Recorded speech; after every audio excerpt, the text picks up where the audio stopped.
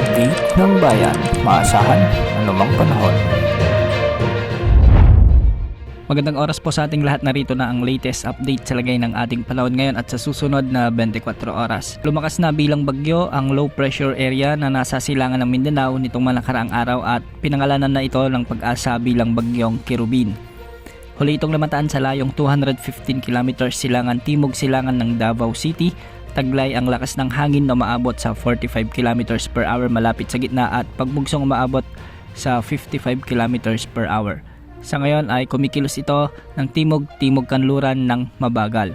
Sa mga susunod na oras ay kikilos ito ng hilagang silangan at posibleng humina muli bilang low pressure area bukas.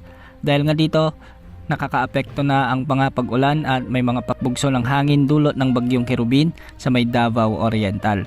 Ang mga lugar dito ay posibleng makaranas ng mga malalakas na pag-ulan dulot ng bagyo kaya posible ang banta ng flash floods at landslides. Samantala sa Eastern Visayas, Caraga at nalalabing bahagi ng Davao Region ay magiging maulap ang mga kalangitan na may mga kalat-kalat na pag-ulan at pagkidlat pagkulog. Dulot pa rin ito ng direktang epekto ni bagyong Kirubin. Samantala shearline pa rin ang nakakaapekto sa Bicol Region at Quezon Province kaya magiging maulap ang mga kalangitan na may mga kalat-kalat na pag-ulan at pagkidlat pagkulog. Hindi rin inaalis ang posibilidad ng mga biglang pagbaha at pagguho ng lupa, lalo na kung may mga katamtaman at malalakas na pag-ulan. Sa nalalabing bahagi ng Visayas at Mindanao ay magiging maulap ang mga kalangitan na may mga kalat-kalat ding pag-ulan at pagkidlat pagkulog. Ito ay dulot naman ng trough o yung extension ni Tropical Depression Kirubin at hindi rin inaalis ang banta ng mga biglang pagbaha at pagguho ng lupa.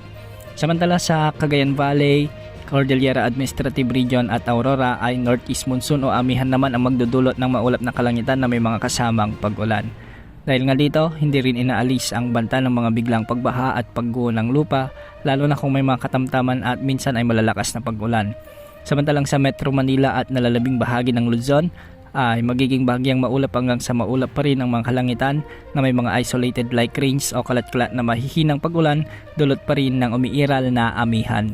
Dahil nga sa pinagsamang epekto ng shearline at ni bagyong Kirubin, asahan na ngayong araw hanggang bukas ay posible ang mga heavy to intense o katumbas ng 100 to 200 mm na pag-ulan sa bahagi ng Surigao del Norte, Dinagat Island, Surigao del Sur, Compostela Valley at Davao Oriental. Samantalang makakaranas naman ng mga moderate to heavy o katumbas ng 50 to 100 mm na pag-ulan ang Quezon Province, Camarines Norte, Camarines Sur, Catanduanes, Albay, Sorsogon, Masbate, Northern Samar, Samar Province, Biliran, Eastern Samar, Leyte, Southern Leyte, sa may Agusan del Norte, Agusan del Sur, Davao de Oro, Davao del Norte at Davao del Sur kasama ng Davao Occidental.